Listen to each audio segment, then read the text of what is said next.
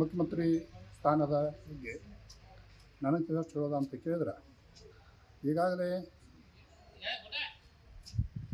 D K Shivakumar ಮತ್ತು ಸಿದ್ದರಾಮಯ್ಯ ನಡುವೆ 50-50. D K Shivakumara ಮೊದಲ ಸರ್ಕಾರ ಕೊಟ್ಟಿದ್ದ. ಸರ್ಕಾರ ಕೊಟ್ಟಾಗ ಸಿದ್ದರಾಮಯ್ಯ 2.5 ವರ್ಷ ಮುಖ್ಯಮಂತ್ರಿ ಆಗಿಲ್ಲ.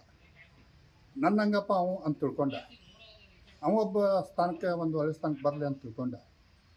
ಖುಷಿಯಿಂದ ಮನಸ್ಸಲ್ಲೇ ಕುರ್ಚಿ ಬಿಟ್ಟು ಕೊಟ್ಟ ಅಂತಾರೆ. ಜನರಲ್ಲೂ ಕೂಡ ಒಂದು ಒಳ್ಳೆಯ ಮನೋಭಾವ ಅವನಿಗೆ ಬರ್ತೈತಿ.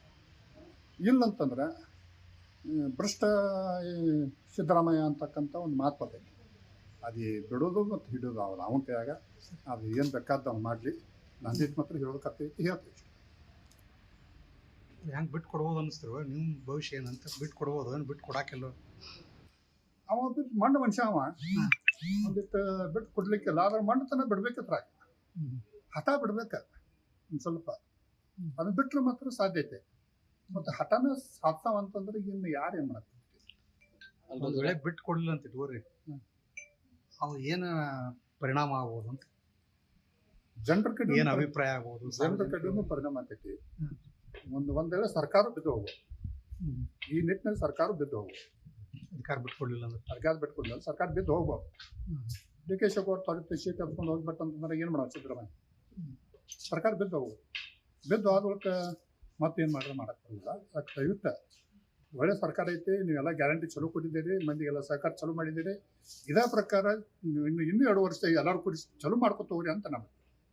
ಕಾಂಗ್ರೆಸ್ ಹೈಕಮಾಂಡಿಗೆ ನಾವು ಸೂಚನೆ ಹೇಳೋದಂತಂದ್ರೆ, ಇವತ್ತಿನ ಸಿದ್ದರಾಮಯ್ಯ ಮುಖ್ಯಮಂತ್ರಿ 2 ವರ್ಷ ಮಾಡಿದಾನು, 2.5 50-50 ಮಾತುಕತೆ ಆಗಿದಾವು ನಿಮ್ಮಲ್ಲೇ. ಆ ಮಾತುಕತೆ ಪ್ರಕಾರ ಇವತ್ತಿನ ದಿವಸ ಹೈಕಮಾಂಡ್ ಪಾತ್ರ ವಹಿಸಿ ಮಂತ್ರಿ ಸ್ಥಾನ ಬಿಟ್ಕೊಡ್ಬೇಕು.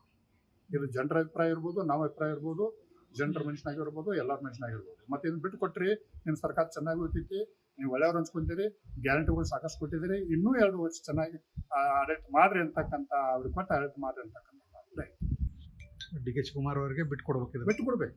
ಬಿಟ್ಟು ಕೊಟ್ಟರೆ ನಿಮ್ಮ ಸರ್ಕಾರ ಸಿದ್ದರಾಮಯ್ಯ ಈ ಥರ ಒಳ್ಳೇದು ಅನ್ಸ್ಕೊಳಕ್ಕೆ ಅವ್ನಿಗೆ ಒಂದು ಚಾನ್ಸ್ ಐತಿ. ಇಲ್ಲಾಂದ್ರೆ ಬೀಳ್ತೈತ್ರಿ. ಇಲ್ಲಾಂದ್ರೆ ಸರ್ಕಾರ ಬಿದ್ದು ಹೋಗ್ಬೋದು.